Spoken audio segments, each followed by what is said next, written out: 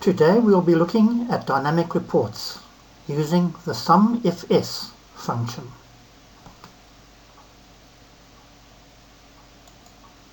For example, the data held in the spreadsheet will return differing results depending on the user's selection.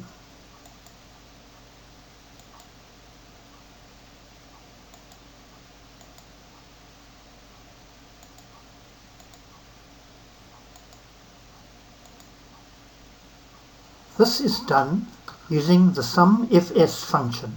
But before we continue, let us step back and examine the source of the drop-down box. For this exercise, I assume you know how a drop-down box gets populated, but we'll cover it briefly here. Right-click on the drop-down box and we format the control. And it shows us the input range that populates the box.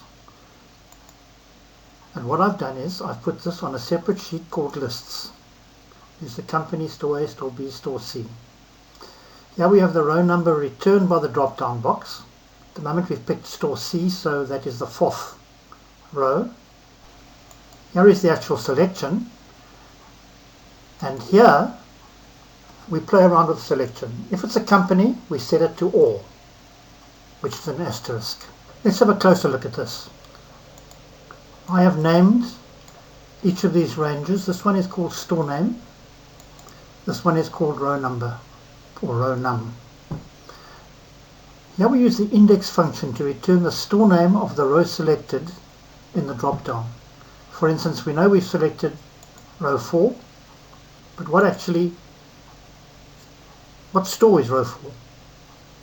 So we use the index number. We index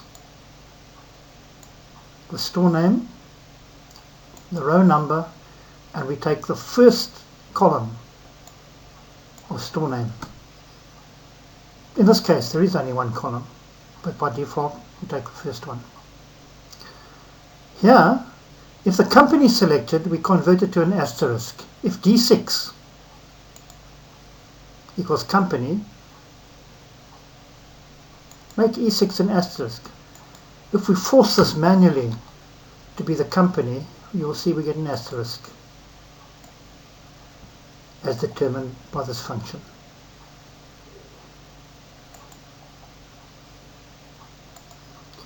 Now let's look at the data. I have the data on a separate sheet. I have called this column month by using the formula's define name, and I call it month. This particular column I called item. This one, unsurprisingly, is profit. And this one is store. I didn't have to define these names, but it makes it easier to understand the formulas when I build formulas using these columns.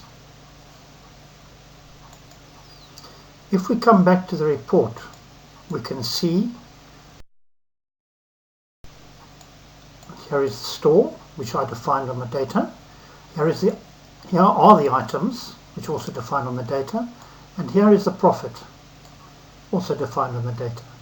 So now, if I look at the SUMIFS function, we can see here that we've got to sum the profit on the data sheet with the store on the data sheet is equal to C4, and where the item on the data sheet is equal to C5, and the month on the data sheet is equal to B6.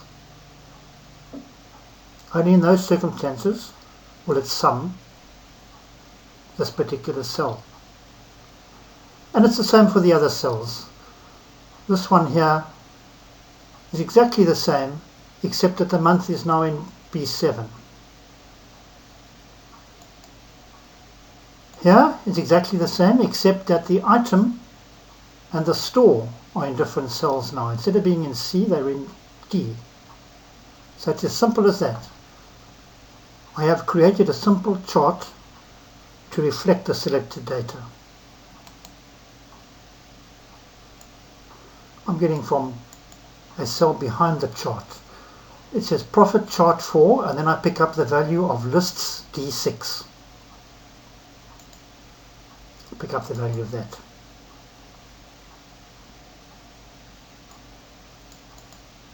It will be. And that's a dynamic report. It is not as difficult as it looks.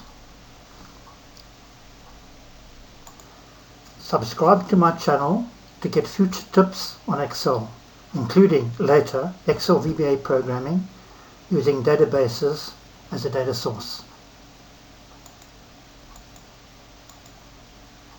Thank you for watching.